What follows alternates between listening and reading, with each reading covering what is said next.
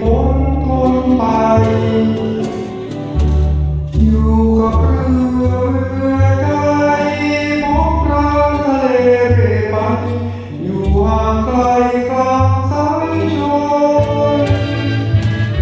มองน้ำตรงหน้าจดฟ้าไกลๆว่าเวดวงใจไม่เห็นผู้คนคลื่นและลมสู้ทนทุกใจป่าใดไม่บน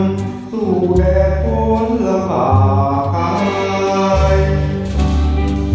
อยู่ห่างทะเลนานๆท้องเรือเป็นบ้านท้องทานเรือตายสิ้นชีพสิ้นชนครอย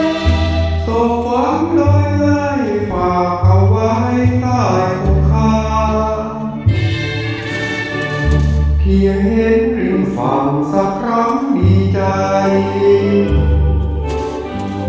มาโบกทีไรให้แสนปรีดาใกล้แผ่นดินเข้ามาเหมือนมีวิมานตรงหน้าลืมหลับน้ำแทบทุกดินอยู่ห่างทะเลนานๆท้องเรือเป็นบ้า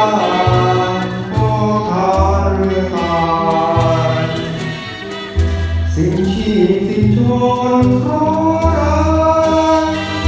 ศพฝังโดยให้ฝากเอาไว้ใต้คงคาเพียงเห็นริมฝั่งสักครั้งดีใจมาโบกทีไรให้แสนปรีดา